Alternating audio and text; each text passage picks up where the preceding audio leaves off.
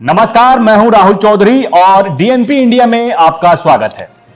आज हम बात करेंगे 2024 के लोकसभा चुनाव की, यानी एनडीए और इंडिया गठबंधन की तैयारियों की। अब लोकसभा चुनाव में थोड़ा ही समय बाकी है और सभी पार्टियां, सभी दल अपनी अपनी तैयारियों में जुट गए हैं। जैसा कि राजनीतिक रिवाज है, हर कोई अपनी अपनी जीत का दावा भी कर रहा है।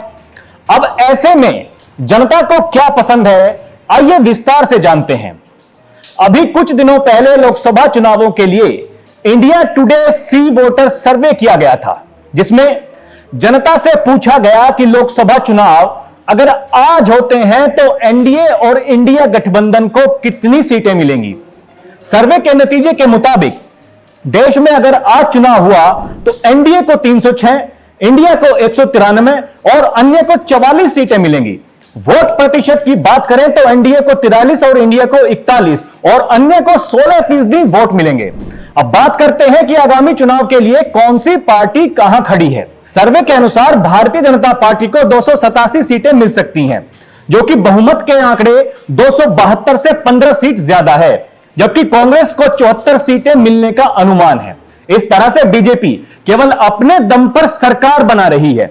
लेकिन अगर पिछले चुनावों से तुलना की जाए तो एनडीए गठबंधन को 352 सीटें मिली थीं और इस सर्वे के अनुसार 306 सीट मिल रही हैं, मतलब 46 सीटों का नुकसान हो रहा है। इंडिया गठबंधन को 91 सीट मिली थी और अब इस सर्वे के अनुसार 193 सीट मिल रही है, यानी 102 सीटों का फायदा हो रहा है। अन्य की बात की जाए तो पिछले चुनावों में 95 सीट जीतने में वो कामयाब हुए थे और इस सर्वे में उन्हें 44 सीटें मिल रही हैं, यानी 51 सीटों का नुकसान हो रहा है। कुल मिलाकर यह कहा जा सकता है कि जितनी सीटों का एनडीए और अदर्स को नुकसान हो रहा है, उसका फायदा इंडिया गठबंधन को मिल रहा है। सर्वे के दौरान जब लोगों से पूछा गया कि मोदी सरकार के कामकाज से वो कितने संतुष्ट हैं, इसके जवाब में 59% लोगों ने मोदी सरकार के कामकाज को बेहतरीन बताया, जबकि 19% सरकार के काम से खुश नहीं थे। जब लोगों से पूछा गया कि मोदी सरकार की सबसे बड़ी उपलब्धि क्या थी, इसके जवाब में 21% लोगों ने कोविड महामारी से निपटना सबसे बड़ी बात बताई। 13% लोगों ने भ्रष्टाचार रहित सरकार बताया। 12% लोगों ने जम्मू कश्मीर से आर्टिकल 370 का हटना बताया था। 11% लोगों ने राम मंदिर और काशी विश्वनाथ कॉरिडोर को जगह दी। 6% लोगों ने कल्याणकारी योजनाओं को सराहा और 7% लोगों ने आधारभूत सुविधाओं को सरकार की उपलब्धि बताया। जब लोगों से पूछा गया कि देश की सबसे बड़ी समस्याएं क्या हैं, इस पर 24% लोगों ने महंगाई को समस्या बताया।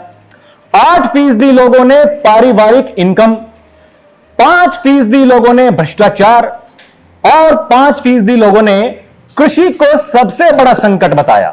अब निष्कर्ष यह निकलता है कि बीजेपी कार्यकाल में लोगों ने कहा कि कुछ काम अच्छे हुए हैं और कुछ ने कहा कि सुधार की आवश्यकता है। लेकिन अगर यह सर्वे सही साबित हुआ तो जीत एनडीए गठबंधन की होगी। लेकिन यहां यह भी समझना आवश्यक है कि यदि इंडिया गठबंधन एक सीट एक उम्मीदवार वाली रणनीति बनाने में कामयाब हो जाता है तो फिर बीजेपी और एनडीए गठबंधन की मुश्किलें बढ़ जाएंगी, जिसका जीता जागता उदाहरण घोसी उपचुनाव है। वहां सीधी टक्कर एनडीए बनाम इंडिया की थी। अब किसकी सहमति बनती है और किसकी बिगड़ती है, किसका गणित बिगड़ेगा और किसका संभलेगा, यह तो आने वाला वक्त ही बताएगा। अभी के लिए इतना ही। आप देखते रहिए डीएनपी इंडिया।